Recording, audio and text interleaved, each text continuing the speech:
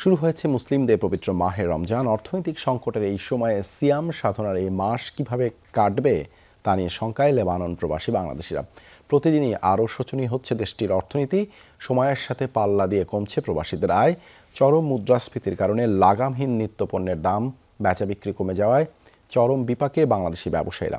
Lebanon থেকে সহকর্মী বাবু সাহার প্রতিবেদনে বিস্তারিত। কয়েক বছর আগেও মধ্যপ্রাচ্যের অন্য দেশগুলোর মতো লেবাননেও পবিত্র রমজান মাসে মূল্য ছাড়ের প্রতিযোগিতায় নামতো ব্যবসায়ীরা। আর এখন ছাড় তো দূরের কথা, প্রতিদিনই লাফিয়ে লাফিয়ে বাড়ছে সবকিছুর দাম। চরম অর্থনৈতিক সংকটে থাকা লেবাননে দিনকে দিন পরিস্থিতি আরও শোচনীয় হচ্ছে। স্থানীয় মুদ্রার বিপরীতে ব্যাপক হারে বাড়ছে ডলারের দাম। এমন পরিস্থিতিতে নাবিশ্বাস উঠেছে দেশটিতে বসবাসরত প্রবাসী বাংলাদেশিদের। রমজানের সেহরি ও ইফতারে দুমুঠো ভালোভাবে খেতে পারবেন কিনা তা নিয়েই পড়েছেন দুশ্চিন্তায়। সব তো ডলার হিসেবেই কেনা লাগে, আমরা তো আর ডলার পাই না, আমাগো তাই দেয় লেবাননি টাকা। এর জন্যই তো আমাগো লেবাননে অভাব পড়ে গেছে। একটা জিনিস কেনাকাটা করে খাওয়ান জানা সবকিছুই দাম। রমজান মাসে কি কিনা মানুষে চলবো, এটাই তো সমস্যা।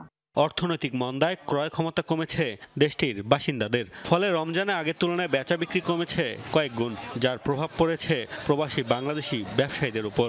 মানুষের হাতে টাকা না, যে ডলার বেতন দেয়, এই ডলারটা এখন কিছু হয় না। মানুষের ঘর ভাড়া বা জিনিসপত্রের দাম, এরা 5 কেজি নিত, এরা নিতেছে 2 কেজি। সব জিনিসই মানে 0.5% নিতেছে। আগের তুলনায় অনেক কম কেনাকাটা করতেছে। 2020 সালে বৈরুত বন্দরে বিস্ফোরণ দিয়ে শুরু, এরপর করোনা ভাইরাসের প্রকোপ, আর সবশেষ রুশ ইউক্রেন যুদ্ধ। একের পর এক সংকটে চরম মন্দায় ভুগছে লেবানন। অর্ধেকের বেশি বাংলাদেশি এরই মধ্যে দেশে ফিরেছে।